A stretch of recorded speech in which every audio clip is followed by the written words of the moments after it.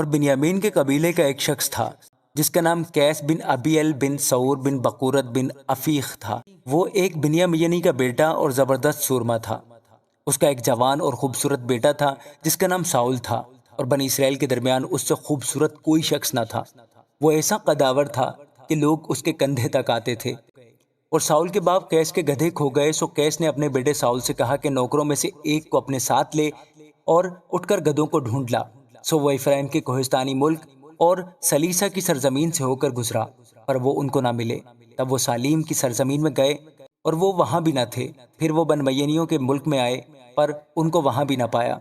جب وہ سوف کے ملک میں پہنچے تو ساؤل اپنے نوکر سے جو اس کے ساتھ تھا کہنے لگا، ہم لوٹ جائیں، تا نہ ہو کہ میرا باپ گدھوں کی فکر چھوڑ کر ہماری فکر کرنے لگے۔ اس نے اس سے کہا، دیکھ، اس شہر میں ایک مرد خدا ہے جس کی بڑی عزت ہوتی ہے، جو کچھ وہ کہتا ہے وہ سب ضرور ہی پورا ہوتا ہے، سو ہم ادھر چلیں، شاید وہ ہم کو بتا دے کہ ہم کدھر جائیں۔ ساؤل نے اپنے نوکر سے کہا، لیکن دیکھ، اگر ہم وہاں چلیں تو اس شخص کے لیے کیا لیتے جائیں؟ روٹیاں تو ہمارے توشہ دان کی ہو چکی، اور کوئی چیز ہمارے پاس ہے نہیں جسے ہم اس مرد خدا کی نظر کریں، ہمارے پاس ہے کیا؟ نوکر نے ساؤل کو جواب دیا، دیکھ، پاؤ مسکال چاندی میرے پاس ہے، اسی کو میں اس مرد خدا کو دوں گا تاکہ وہ ہم کو راستہ بتا دے۔ اگلے زمانہ میں اسرائیلیوں میں جب کوئی شخص خدا سے مشورہ کرنے جاتا تو یہ کہتا تھا کہ آؤ ہم غیب بین کے پاس چلیں، کیونکہ جس کو اب نبی کہتے ہیں اس کو پہلے غیب بین کہتے تھے۔ تب ساؤل نے اپنے نوکر سے کہا، تو نے کیا خوب کہا، ہم چلیں۔ سو وہ اس شہر کو جہاں وہ مرد خدا تھا چلے، اور اس شہر کی طرف ٹیلے پر چڑھتے ہوئے ان کو کئی جوان لڑکیاں ملی جو پانی بھرنے چاہتی تھیں۔ انہوں نے ان سے پوچھا، کیا غیب بین یہاں ہے؟ انہوں نے ان کو جواب دیا، ہاں ہے، دیکھو وہ تمہارے سامنے ہی ہے، سو جلدی کرو کیونکہ وہ آج ہی شہر میں آیا ہے، اس لیے کہ آج کے دن اونچے مقام میں لوگوں کی طرف سے قربانی ہوتی ہے۔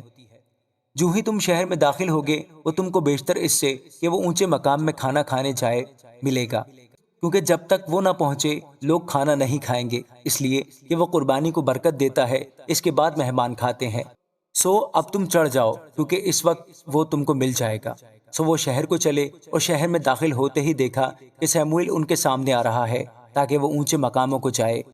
اور خداوند نے ساؤل کے آنے سے ایک دن بیشتر سیموئیل پر ظاہر کر دیا تھا کہ کل اسی وقت میں ایک شخص کو بنیامین کے ملک سے تیرے پاس بھیجوں گا، تو اسے مسح کرنا تاکہ وہ میری قوم اسرائیل کا پیشوا ہو، اور وہ میرے لوگوں کو فلسطینیوں کے ہاتھ سے بچائے گا، کیونکہ میں نے اپنے لوگوں پر نظر کی ہے، اس لیے کہ ان کی فریاد میرے پاس پہنچی ہے۔